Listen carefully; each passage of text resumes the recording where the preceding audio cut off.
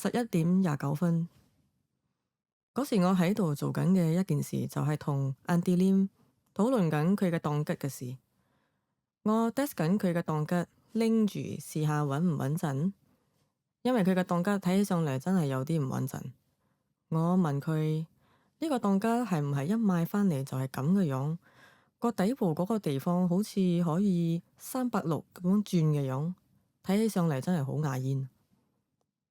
之後一邊傾偈，我就一邊用緊佢嘅檔吉問下啲問題咯，比如呢個高度撐唔撐到佢啊？呢個檔吉買返嚟嗰時係唔係就已經壞咗，所以先會揈嚟揈去咁樣？我哋就喺度討論緊呢啲嘢啦。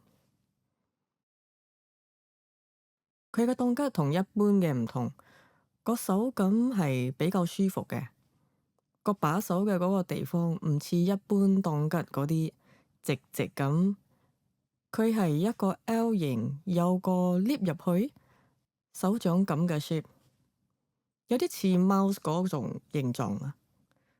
我嘅成隻手掌可以完全包住嗰個餅，咁樣嘅手感，又有啲 marble 咁樣凍凍嘅感覺。我嘅手掌唔似揸住平時嘅檔吉，平時嘅檔吉呢，我嘅四肢手指係會閂住我嘅拇指公，係一個平平咁樣捉住個把柄上邊嘅。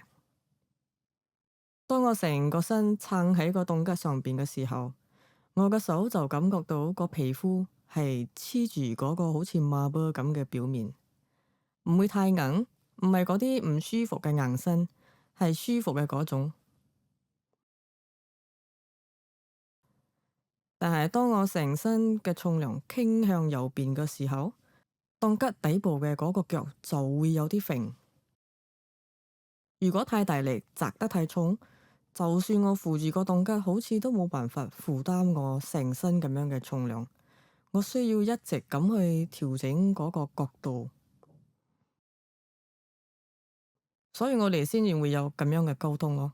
就係問下啲嘢，了解下佢用嗰時係點樣樣嘅。